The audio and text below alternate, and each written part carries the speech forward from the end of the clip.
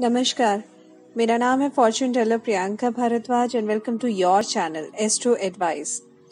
माता के नवरात्रे साल में 2 बार आते हैं, जिसमें कि एक शारदीय नवरात्रे होते हैं और एक चैत्र के नवरात्रे होते हैं। हमारे भारत में ये त्योहार बहुत ही धूमधाम से मनाया जाता है। चैत्र मास की शुक्ल पक्ष में जो नवरात्रे व्रत रखे जाते हैं उनको हम चैत्र नवरात्रों के नाम से जानते हैं।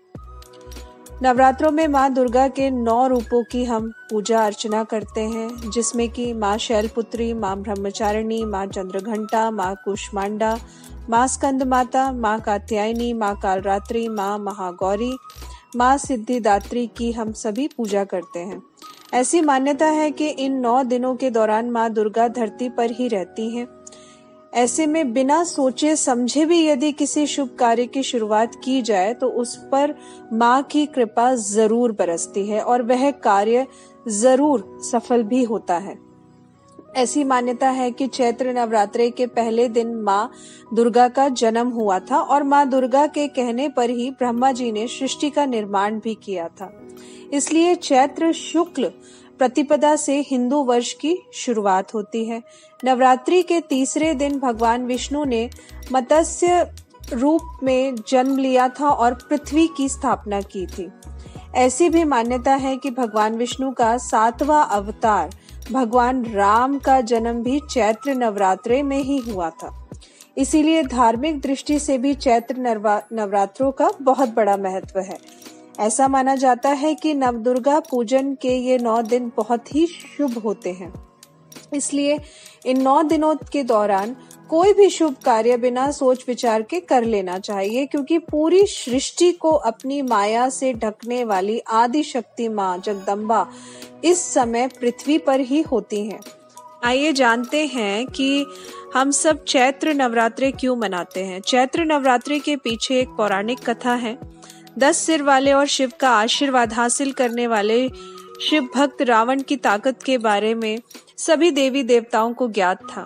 इसलिए सीता को लंका से वापस लाने के लिए जब प्रभु श्री राम रावण से युद्ध करने चले तो उन्हें देवताओं ने शक्ति की पूजा करने और उनसे विजयश्री का आशीर्वाद लेने की सलाह दी।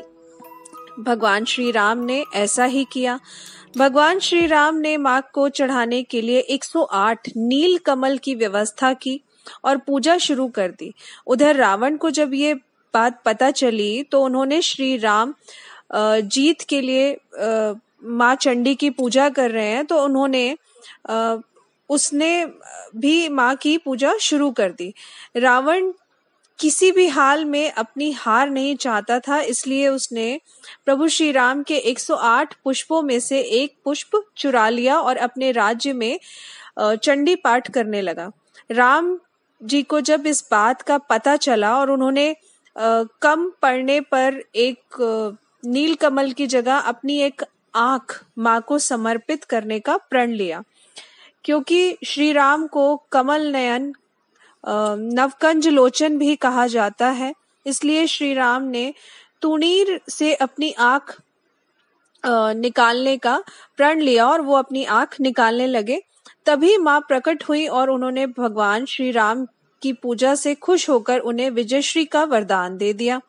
दूसरी ओर रावण भी जोर लगाकर चंडी पाठ कर रहा था। तभी हनुमान जी ब्राह्मण का बालक रूप लेकर पूजा स्थान पर पहुंच गए।